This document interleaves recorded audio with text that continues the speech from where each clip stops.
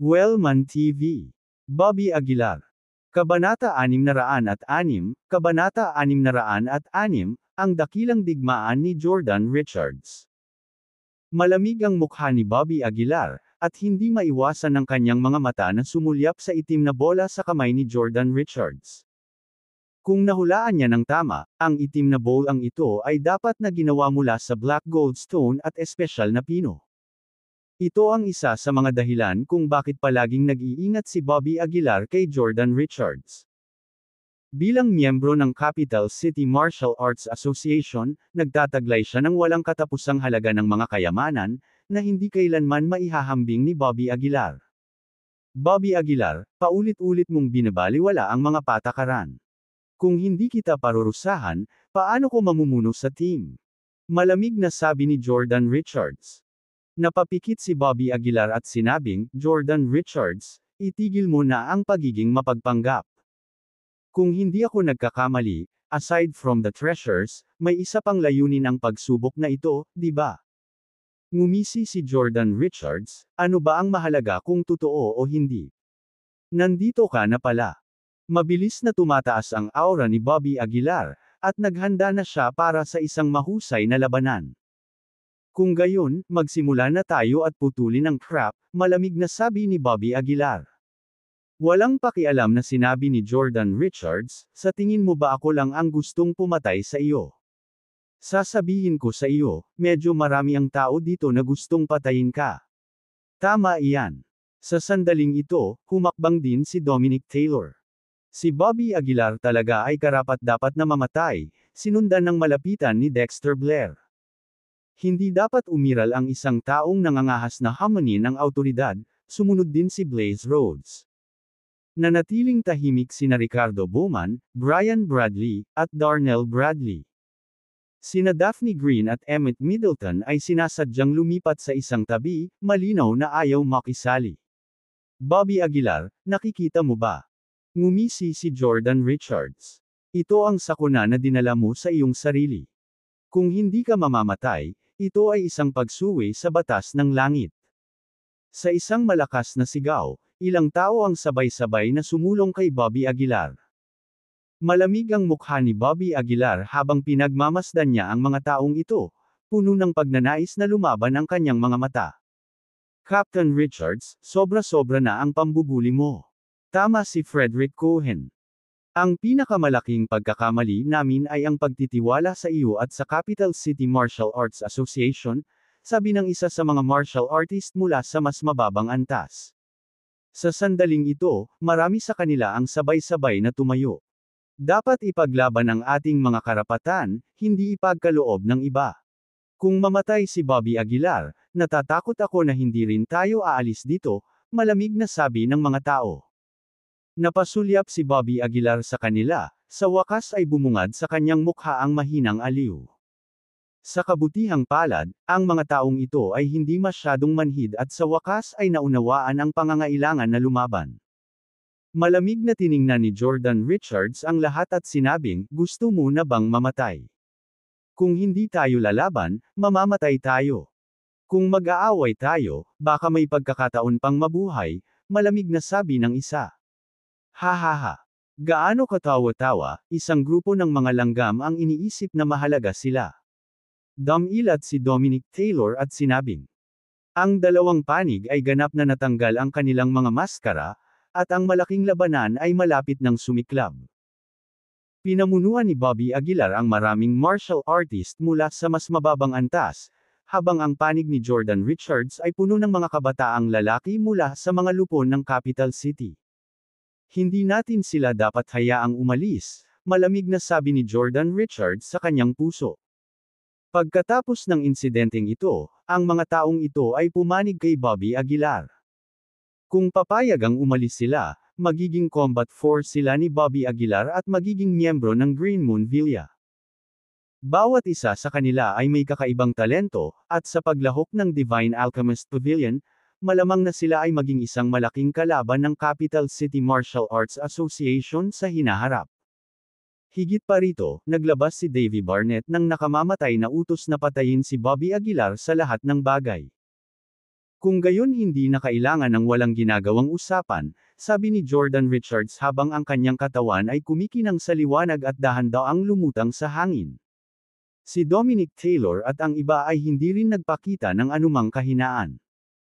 Bilang mga paborito ng langit, ang kanilang lakas ay natural na hindi mapag-aalinlanganan. Ilang hininga ang nagsalubong sa sandaling ito, na naging sanhi ng pagsirit ng hangin kung saan sila nagkabanggaan. Nagsimulang umungol ang buong Great Hall na parang hindi na nito kayang tiisin ang napakalaking kapangyarihan. Malapit nang sumiklab ang malaking labanan, at ang katawan ni Bobby Aguilar ay sumabog na may gininto ang liwanag at ang Divine Dragon Power. Inalis niya ang kanyang tingin sa karamihan ng mga tao na may isang pares ng pulang-pula na mga mag-aaral, at ang pagnanais na makipaglaban sa kanyang mga mata ay nagdulot ng panginginig sa gulugod ng lahat. Bobby Aguilar, naranasan mo ang iyong sandali sa araw, ngayon ay oras na para mamatay ka. Ang boses ni Jordan Richards ay puno ng nakakatakot na lakas ng loob, na naging sanhi ng pananakit ng tenga ng lahat. Biglang nanginig ang katawan ni Bobby, at malamig siyang ngumuso, "Enough talk, let's start." Bago pa man bumagsak ang kanyang mga salita, si Bobby ay talagang nagkusa na umatake. At ang target niya ay walang iba kundi si Jordan Richards. Sa pagharap sa makapangyarihang pisikal na katawan ni Bobby, hindi nang ahas si Jordan na magpabe. Agad niyang inactivate ang armor sa kanyang katawan, at mabilis na sumabog ang itim na gintong ilaw. Boom! Ang simple at sukdulang banggaan ng mga pisikal na katawan ang nagpasiklab sa mahusay na labanang ito. Magulo ang buhok ni Bobby, matalas ang kanyang mga mata, at ang kanyang walang humpay na kumpiyansa ay nag-sketch sa kanya bilang isang walang kapantay na war god. Ang nakakatakot na banggaan ng mga pisikal na katawan ay nagparinig sa Great Hall na may dumadagandong na ingay. Sa isang iglap lang, 12 ng suntok na ang palitan ng dalawa. Bawat suntok na nagiging sanhi ng pag-ungol ng espasyo. Si Bobby ay nagiging mas mabangis at mas malakas habang nagpapatuloy ang labanan, sa ilalim ng basbas ng Divine Dragon Power, kahit na nakaharap sa Black Gold Stone, hindi siya nagpatinag. Hindi maiwasang manlamig ang mukha ni Jordan, na puno ng gulat ang kanyang puso. Sa pamamagitan lamang ng kanyang pisikal na katawan na kayang pantayan ang Black Gold Stone, maaaring si Bobby ang unang tao na nakamit ito.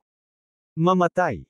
Umungol si Bobby, at ang isang galit na suntok, na nagbabaybay ng isang arko sa hangin, ay walang awan na inilipat. Hindi mo alam ang lugar mo. Sigaw ni Jordan, ang itim na gintong liwanag sa kanyang katawan ay naging napakatalino. Lumitaw pa ang mga spike sa kanyang kamao. Ang mga spike na ito ay gawa sa Black Gold Stone, na kilala na hindi magagapi. Sa sandaling nagbanggaan ang kanilang mga kamao, ang mga itim na spike ay tumusok sa kamao ni Bobby. Ngunit ang malaking epekto ay pinilit pa rin ang Jordan na umatras ng paulit-ulit. Ang lahat ay matamang nanood sa malaking labanang ito, ang kanilang mga mata ay puno ng pagkabigla. Hindi nila akalain na, kahit na may basbas ng Black Gold Stone, kaya pa rin ni Bobby ang kanyang sarili laban sa Jordan. Niyugyug ni Jordan ang braso, lalong nanlamig ang mga mata. Isa siyang mid-term military marquee, na may ilang antas na pagkakaiba sa pagitan nila. Hindi lang iyon, ngunit taglay din niya ang hindi magagapi na Black Gold Stone. Pero kahit ganoon, hindi pa rin niya nagawang tapusin si Bobby sa maikling panahon. No wonder the upper echelon values him so much, sabi ni Jordan na may solemn na boses.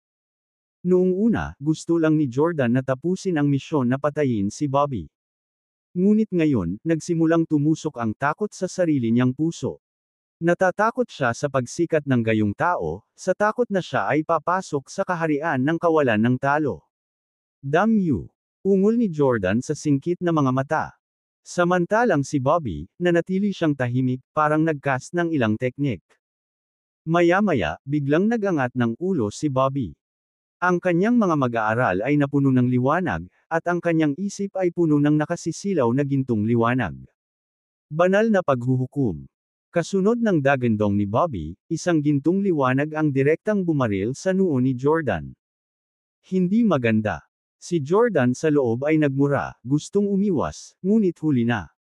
Ang gintong liwanag ay diretsyong tumagos sa isipan ni Jordan.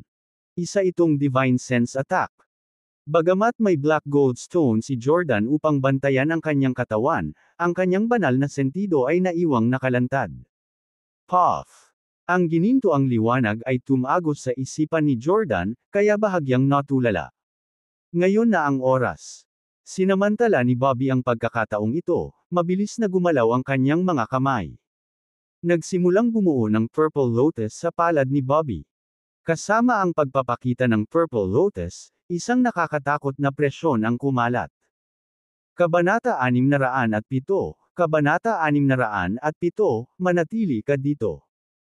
Ang diskarteng ito ay isa sa mga divine rank technique na nasa ilalim ng kontrol ni Bobby Aguilar, na tinatawag na spiritual fire sale. Ang lakas na taglay nito ay sapat na para mawala ang isang pinakamataas na antas ng relihiyon. Nararamdaman ng lahat ang nakapangingilabot na kapangyarihan na nilalaman ng spiritual fire seal at, sa ilang sandali, ang mga mukha ng lahat ay hindi sinasadyang lumipat. Mamatay para sa akin. Galit na umungol si Bobby Aguilar, hinampos ang lotus sa kanyang kamay kay Jordan Richards. Namutla si Jordan Richards nang makabawi siya sa mahalagang sandali na ito. Sa kasamaang palad, sa oras na ito, ang lotus ay dumating na sa kanyang harapan. Kahit na may proteksyon ng Black Gold Stone, nakadama pa rin si Jordan Richards ng panganib. Mabilis niyang itinaas ang kanyang braso para protektahan ang kanyang katawan. Boom! Ang lotus ay bumukas sa katawan ni Jordan Richards, at ang nakakatakot na alon ng Chi Jin ay agad na tumakas sa lahat ng direksyon. Ang nakapangingilabot na kapangyarihan ay nagpayanig pa ng bahagya sa buong isla. Ang kapirasong espasyong iyon ay agad na napalitan ng isang dagat ng apoy. Ang ilaw ng apoy ay umabot sa langit at pumasok sa paningin ng lahat. Samantala, si Jordan Richards ay nilamon ng dagat ng apoy, at lahat ay natakpan. Napabuntong hininga si Bobby Aguilar, ang lamig ng mukha niya. Ito ang pangalawang beses na ginamit niya ang spiritual fire seal.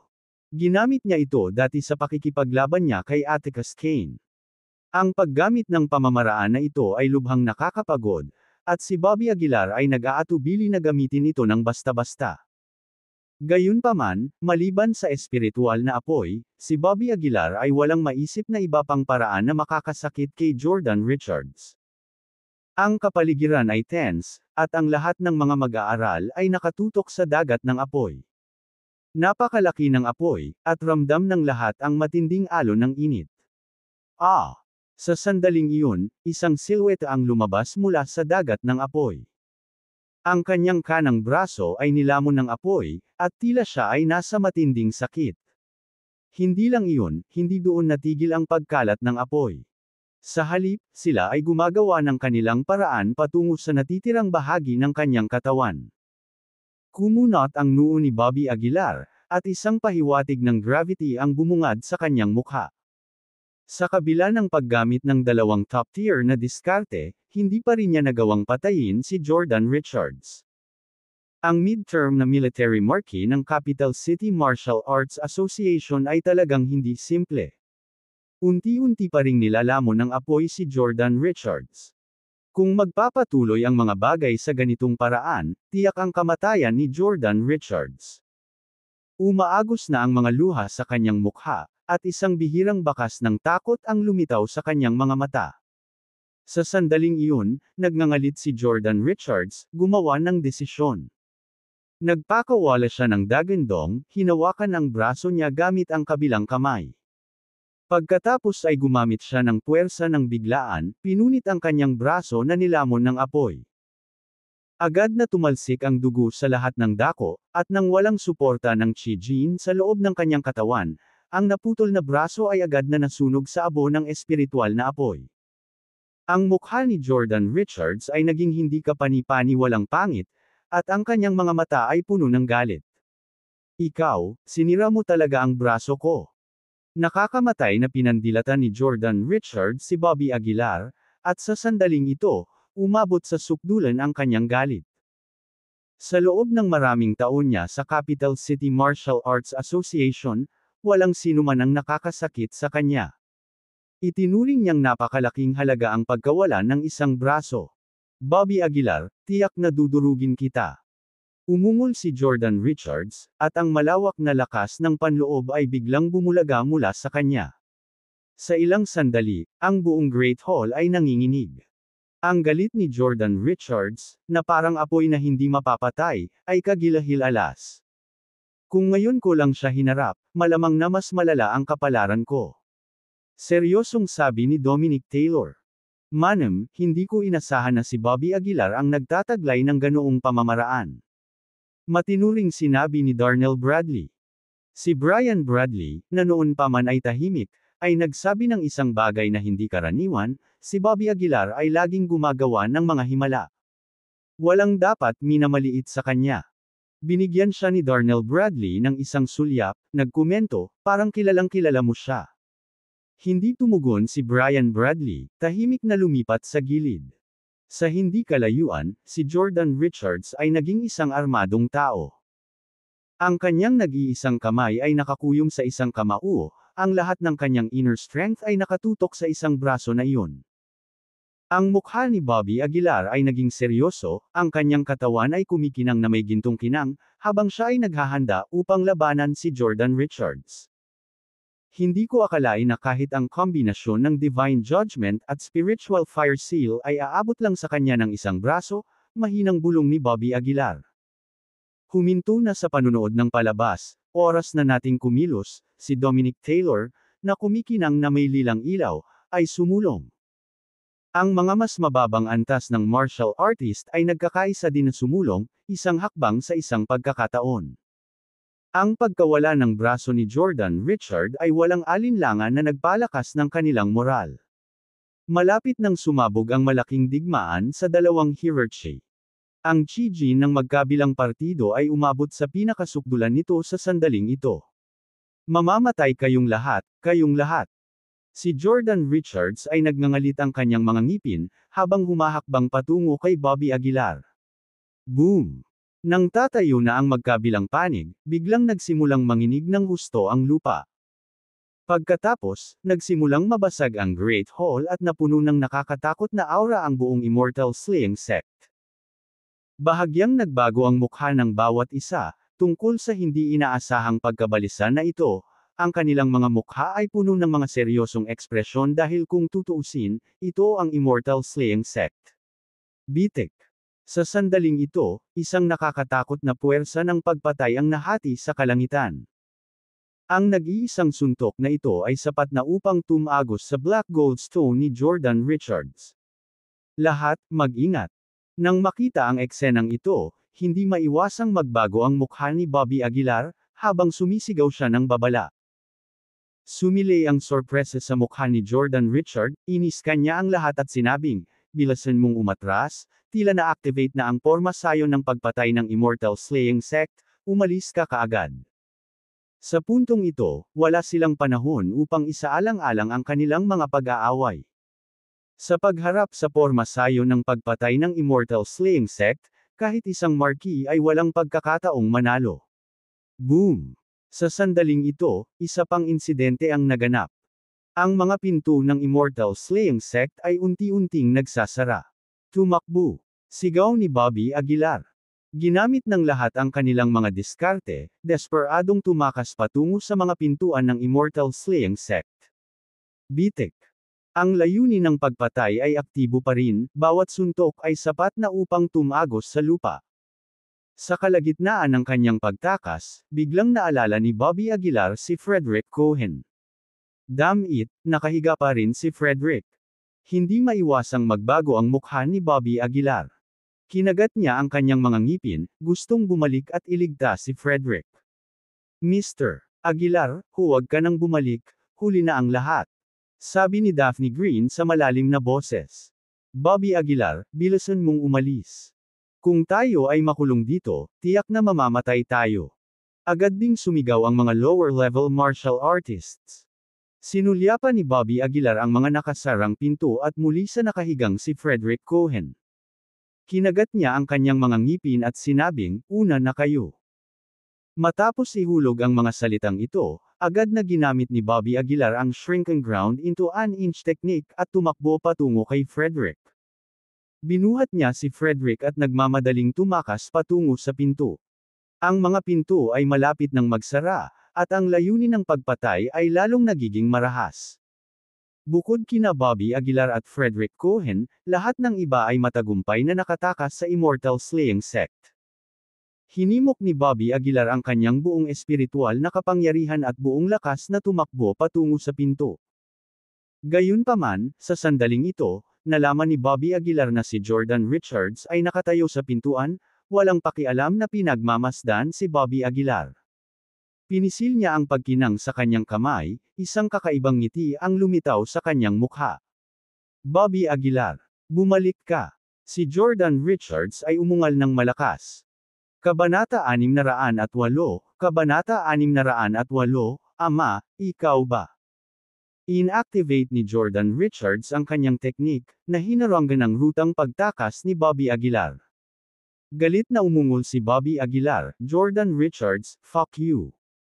Kinuyam niya ang kanyang gintong kamao, pilit na tinatahak ang kanyang daan. Ngunit direktang ipinatawag ni Jordan Richards ang kanyang Black Sphere Magical Artifact, na naging ganap na walang pagtatanggol kay Bobby Aguilar. Magsasara na ang gate, halos imposibleng makalabas si Bobby Aguilar sa ganoong kaikling panahon. Ang mukha ni Bobby Aguilar ay naging sobrang pangit, nagngangalit ang kanyang mga ngipin, hinawakan si Frederick Cohen gamit ang isang kamay, at mabangis na itinapon siya palabas. Nang itinapon ni Bobby Aguilar si Frederick Cohen, ganap na sarado ang gate, na walang anumang puwang. Nakita ito ni Jordan Richards at hindi niya napigil ang tumawa ng malakas. Bobby Aguilar, hintayin mo lang ang kamatayan sa loob. Bahagyang nalungkot ang mga mukha ng lahat, hindi nila inaasahan na nakakulong si Bobby Aguilar sa loob. Kung hindi niya sinubukang iligtas si Frederick Cohen, hindi maikukulong si Bobby Aguilar sa loob. May tahimik na bamulong. Hindi ko talaga inaasahan, mas gugustuhin ni Bobby Aguilar na isakripisyo ang sarili niya para kay Frederick Cohen. Sa ilang sandali, ang lahat ay lubhang naantig. Ibinuka ni Daphne Green ang kanyang bibig at hindi umimik. Sana, Mr. Mabubuhay si Aguilar. May nagtatampo na sabi. Malamig na ngumiti si Jordan Richards, don't indulge in fanciful hopes. Ang pamatay na pormasayo ng Immortal Slaying Sect na ito ay itinayo ng hindi bababa sa isang makapangyarihang realm cultivator, ang isang maliit na tipak ng pag-alit na layunin nito ay kayang lipulin ang espiritu ng isang tao. Sa tingin mo ba makakaligtas siya sa ganitong sitwasyon? Ang kanyang mga salita ay agad na nagbigay ng anino sa lahat. Walang inaasahan na ito ang magiging huling resulta. Sige, patay na si Bobby Aguilar, ikaw na ang susunod. Iniba ni Jordan Richards ang usapan, sa patuloy na malamig na tawa. This time, hindi na nagpakita ng takot ang lahat ng inferior martial artists. Malamig nilang tinitigan si Jordan Richards, na sinasabi sa malamig na boses, Jordan Richards, halimaw ka lang, baka itataya namin ang lahat laban sa iyo. Maaaring baliwalain ni Bobby Aguilar ang kanyang sariling buhay para sa kanyang companion. Ano naman sayo? Jordan Richards, kung gusto mo kaming patayin, hindi magiging ganoon ka-simple. Nang marinig ang galit na dagandong ng mga tao, mas naging malamig ang ekspresyon sa mukha ni Jordan Richards. Pinaglaruan niya ang dalawang globo na itim na ginto sa kanyang kamay at malamig na sinabi, mabuti, hayaan mo akong magpadala sa iyo ng mga langgam sa iyong daan. Kapitan Richards. Sa sandaling ito, biglang tumayo si Daphne Green. Namatay na si Bobby Aguilar dahil sa iyo, hindi pa ba sapat? Kailangan mo ba talagang patayin din sila? Malamig na sinabi ni Jordan Richards, Miss Green, sana huwag kang makialam sa bagay na ito. Pero sa tingin ko may punto si Miss Green. Sa sandaling iyon, tumayo din si Brian Bradley. Oo, Captain Richards, sapat na ang isang Bobby Aguilar. Dahil dito ay nagsalubong ang mga kilay ni Jordan Richards. Tumingin siya sa lahat at malamig na sinabi, iyan ba ang iniisip ninyong lahat? Ang langgam lang, mabuhay man o mamatay, walang pinagkaiba sa akin. Walang pakialam na umungol si Dominic Taylor. Kapitan Richards, gawin mo ang gusto mo. Kung gusto mong pumatay, pumatay. Kung hindi, hayaan mo silang mabuhay, wala tayong pakialam sa buhay nila. Ang isa pang matikas na binata mula sa isang aristokratikong pamilya ay nanunuya. Bahagyang kumunat ang noo ni Jordan Richards. Pagkaraan ng ilang sandali ay nag-isip siya, malamig siyang bumantong hininga, sige, kung isa sa alang-alang ang kapakanan nina Daphne Green at Brian Bradley, ililigtas ko ang iyong buhay. Ngayon Scrum. Ang bawat tao'y nagngangalit ng kanilang mga ngipin, ang kanilang mga puso ay puno ng galit, ngunit alam na alam nila na wala silang pagkakataon laban kay Jordan Richards. Kaya, binuhat nila si Frederick Cohen at tumalikod para umalis. Mabuti, ang mga panloob na core dito ay pag-aari mo lahat. Malawak na kumaway si Jordan Richards, itinuro ang mga panloob na core na nakakabit sa isla. Ang mga matikas na bihis na binata ng mga maharlikang pamilya ay hindi nagatubili at agad na nagsimulang kolektahin ang mga panloob na core. Tanging si Daphne Green lang ang nakatayo, mahinang bumubulong, sa wakas naiintindihan ko na kung bakit nahulog si Emily sa iyo. Sa loob ng Immortal Slaying Sect, patuloy na bumabagsak ang mga nakamamatay na layunin. Si Bobby Aguilar ay umiwas sa kaliwa at kanan, sinusubukang iwasan ang mga hibla ng mamamatay tao na espiritu. Gayunpaman, ang pamatay na porma sayon na ito ay kung tutuusin ay inilatag ng makapangyarihang realm cultivator, kahit na may shrinking ground into an inch, hindi sila naiwasan ni Bobby. Sklik. Isang hibla ng nakamamatay na layunin ang damapo sa katawan ni Bobby. Ang nakakatakot na puwersang ito ay madaling tumagos sa isang butas sa laman ni Bobby. Bumulwak ang dugo mula sa butas, tuluyang nabasag ang kanyang mga buto. Hinawakan ni Bobby ang sugat niya at nagpatuloy sa pag-iwas. Gayunpaman, tila walang pahinga ang porma sayon ng pagpatay na ito, isa pang hibla ng nakamamatay na hangarin ang bumagsak kay Bobby. Sklik, sklik, sklik. Ilang saglit lang, basang-basa na sa dugo ang katawan ni Bobby. Hindi mabilang na madugong mga butas ang nagbigay kay Bobby ng nakakatakot na tingin. Ang kanyang pisikal na lakas ay nagsimulang hamina, maging ang kanyang bilis ay naapektuhan. Nakatitig sa pintuan ng Immortal Slaying Sect na bumulong si Bobby, dito ba ako mamamatay? Hindi ako papayag. Si Bobby, na halos hindi nakatayo, ay lumapit sa gate, pilit na sinisikap na sirain ito. Gayunpaman, ang gate ay hindi nasisira. Kahit anong pilit ni Bobby ay hindi niya ito matiis. Sklik. Isa pang hibla ng nakamamatay na layunin ang tumusok sa ibabang bahagi ng tiyan ni Bobby. Ang nakamamatay na hangarin na ito ay isang buhok lang mula sa gininto ang ubod ni Bobby. Kumalabog. Sa wakas, ang mga sugat sa kanyang katawan ay hindi na kinaya ni Bobby. Lumuhad siya sa isang tuhod, mapatla ang mukha. Kahit na napakalaki ng kanyang paghahangad, hindi niya kayang tiisin ang sakit ng kanyang mga sugat. Mukhang, mamamatay na talaga ako dito. Napasandal sa gate, ang bibig ni Bobby ay nabuo ng mapait na ngiti. Sa kabila ng malayong narating niya, hindi niya inaasahan ang magiging resulta. Ako, sa huli, wala akong mababago. Mahinang bulong ni Bobby, dahan-daang ipinikit ang kanyang mga mata, na parang naghihintay ng hatol ng kamatayan. Sa mismong harapan niya, isang hibla ng nakamamatay na layunin ang nagsasama-sama. Ang strand of murderous intent na ito ay direktang nakatutok sa noo ni Bobby. Ngunit sa pagkakataong ito, walang kapangyarihang lumaban si Bobby. Vroom! Ang hibla ng nakamamatay na hangarin na ito ay tumakbo patungo kay Bobby sa sandaling iyon. Napasubsob si Bobby sa lupa, hindi nakayanan ang anumang pagtutol. Nang malapit na ang kamatayan, isang gintong liwanag ang bumungad mula sa dantian ni Bobby. Kasunod nito, isang matayog na figure ang lumitaw mula sa dantian ni Bobby. Napakatangkad ng figurang ito, nakatalikod kay Bobby. Ang kanyang kahangahangang silhweta ay nagbigay inspirasyon sa pagkamangha at pagpipitagan. Pagtaas ng isang kamay, walang kahirap-hirap niyang sinalubong ang papasok na nakamamatay na layunin. Vroom! Isang malakas na tunog ang yumanig sa hangin habang ang hibla ng nakamamatay na layunin ay walang kahirap-hirap na durugan. Kaagad pagkatapos, ang matayog na silhouette na ito ay iwinagayway ang kamay nito, at ang mga tunog ng pagbagsak ay umalangaw-ngaw mula sa malayo. Ito ba ay, ang tanda ng pagkasira ng porma sayon ng pagpatay? Habang nabasag ang porma sayon ng pagpatay, nagsimula ring maglaho ang nakakatakot na mamamatay tao na espiritu. Nakatitig si Bobby sa silhouette, nanginginig, "Ikaw, ama ka ba?" Matagal na hindi tumugon ang matayog na silhouette, nakatalikod lang kay Bobby. Ang kanyang kahangahangang anyo ay nagdala ng hindi maipaliwanag na pakiramdam ng kaligtasan. "Pare, ikaw ba yan?" Sigaw ulit ni Bobby. Sa wakas, dahan-daang umikot ang matayog na silhouette. Kabanata 609, Kabanata 609, The Despicable Capital City Martial Arts Association sa Lungguhit 1. Unti-unting lumingon ang phantom figure. Ang kanyang mga mag-aaral ay hindi kapani-paniwalang malalim, at ang kanyang mukha ay puno ng lamig. With chiseled features, resolute contours, and masculine face, kalmado niyang tinitigan si Bobby Aguilar.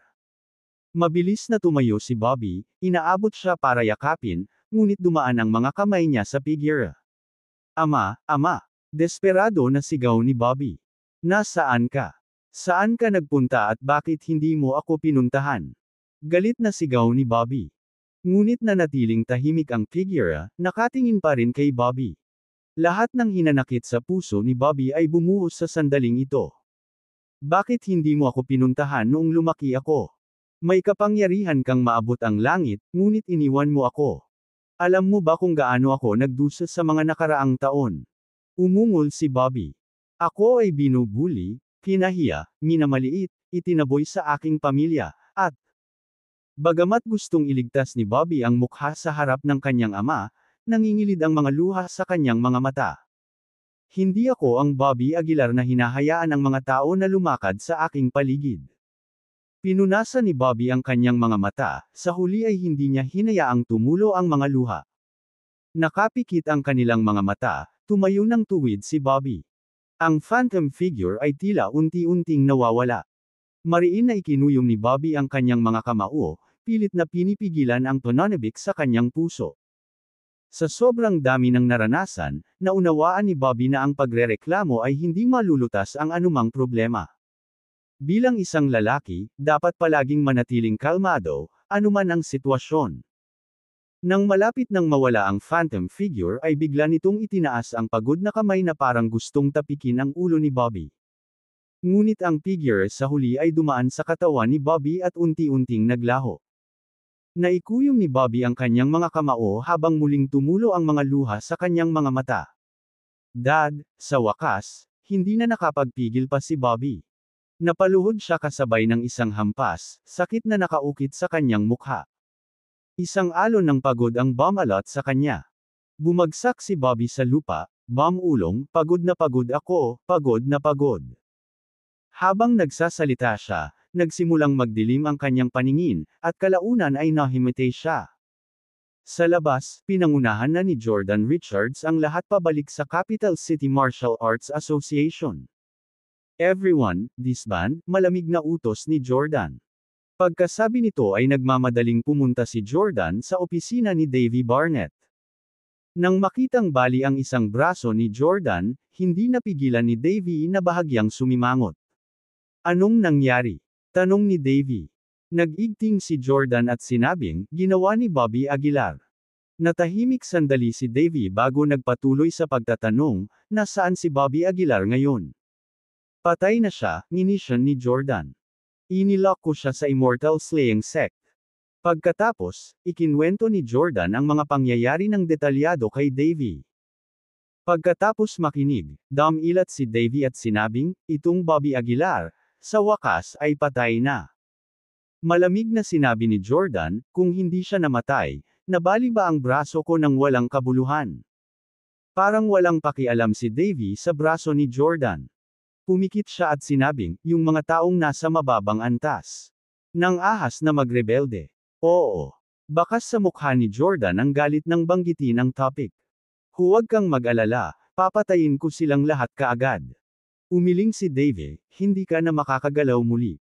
Madali itong maghahatid ng kawalang kasiyahan mula sa itaas. Natahimik sandali si Jordan bago sinabing, President Barnett, huwag kang mag-alala, nakaisip na ako ng plano. Wala sa mga taong iyon, ang makaliligtas. Tila nagtiwala si Davy kay Jordan at hindi na nagtanong pa. Sa halip, nagbigay siya ng mga tagubilin, nga pala, si Bobby Aguilar ay may isang lugar na tinatawag na Green Moon Villa, tama ba? Maglaho na. Bahagyang tumanggo si Jordan, naiintindihan. Capital City, sa isang tiwangwang na bundok. Nakatayo dito si Jordan Richards, na isang braso lang, naghihintay ng kung sino. Mr. Richards. Maya-maya, lumitaw ang isang lalaking nakaitim na robe sa likod ni Jordan Richards. Ang lalaking ito ay walang iba kundi si Dudley Lynch. Sinulyapan ni Jordan Richards si Dudley Lynch at malamig na sinabi, papatayin ko si Frederick Cohen at ang iba pa, na walang iiwang buhay ni isa. Sa pagsasabing iyon, ibinigay ni Jordan Richards kay Dudley Lynch ang isang listahan. Sa listahang ito ay hindi lamang ang kanilang mga pangalan, kundi pati na rin ang kanilang detalyadong personal na impormasyon. Kinuha ni Dudley Lynch ang listahan at sinabing masama, Mr. Richards, ano ang meron sa akin? Malamig na sagot ni Jordan Richards, I will not treat you unfairly, just get it done. Si Dudley Lynch ay hindi tanga. Alam na alam niya kung anong klaseng tao si Jordan Richards. Ang mga walang laman na pangako ay hindi sapat para linlangan si Dudley Lynch. Nang makitang hindi umaalis si Dudley Lynch, naiinip na sinabi ni Jordan Richards, ano ang gusto mo? Napatingin si Dudley Lynch sa dalawang itim na bola na pinaglalaroan ni Jordan Richards sa kanyang kamay. Gusto ko ang dalawang Black Goldstone magical artifact na iyon, sabi ni Dudley Lynch. Nang marinig ito, nagsikip ang mga mag-aaral ni Jordan Richards. Malamig niyang tinitigan si Dudley Lynch na may babalang tono, huwag kang masyadong gaaman, baka ikaw ay mag-imbita ng kapahamakan sa iyong sarili. Ngunit hindi natarante si Dudley Lynch. Nakangiting sabi niya, Mr. Richards, lahat ng mga taong iyon ay mga eksperto sa pinakamataas na antas, lalo na si Frederick Cohen. Ang kanyang lakas ay hindi mas mababa kaysa sa akin. Kung mabaigo ang aking mga aksyon, ikaw din ang magdaranas ng kawalan, hindi ba? Bukod dito, ang mga Black Goldstone na ito. Hindi sila bihirang mga kayamanan para sa Capital City Martial Arts Association, hindi ba? Bahagyang sumimangot si Jordan Richards, ngumuso, at pagkatapos ay iwinagayway ang kanyang kamay, hinayaan ang dalawang itim na bola na mahulog sa mga kamay ni Dudley Lynch. Just do it, and make it clean, malamig na sabi ni Jordan Richards. At huwag hayaan ang sinuman na maghinala sa Capital City Martial Arts Association. Dinilaan ni Dudley Lynch ang kanyang mga labi at sinabing, Mr. Richards, huwag kang mag-alala. Patay na si Bobby Aguilar. Mabilis na kumalat ang balitang ito sa buong mundo ng martial arts. Si Bobby Aguilar, talagang namatay ng ganito. Narinig kong namatay siya sa loob ng Immortal Slaying Sect. Ang Immortal Slaying Sect. Ang sekta mula 10,000 taon na ang nakalilipas. Sa tingin ko may iba pa sa kwento. Baka may personal vendetta si Jordan Richards. Sino ang hindi nakakaalam na ang Capital City Martial Arts Association ay minsang nagpadala kay Jordan Richards para tugisin si Bobby Aguilar? Patay na ba talaga si Bobby Aguilar? Nahihirapan pa rin akong paniwalaan. Sa ilang sandali, laganap ang mga alingaw-ngao, at halos kalahati ng mga tao ay hindi naniniwala na si Bobby Aguilar ay tunay na namatay. Sa loob ng Green Moon Villa, mapatla ang mukha ni Polly Reeves at ng iba pa. Mr. Aguilar, hindi sana namatay ng ganito. Nadurog ang puso ni na Sofia Carrillo at Edward Green, ngunit sa kaibuturan, palagi silang naniniwala na tiyak na hindi patay si Bobby Aguilar. Lumipas ang oras bawat segundo, at sa isang iglap, lumipas ang isang linggo. Ngunit hindi pa rin nagpapakita si Bobby Aguilar, na nagpasimulang maniwala sa lahat ng katotohanan na siya ay patay na. Sa oras na ito, sa wakas ay nagising si Bobby Aguilar mula sa kanyang pagkawala ng malay. Naglakad siya papunta sa pinto, sinubukang sirain ito. Boom! Gayunpaman, kahit anong pilit ni Bobby Aguilar, hindi niya masira ang pinto. Ano ang dapat kong gawin ngayon? Hindi napigilan ni Bobby Aguilar ang pagkunot ng noo.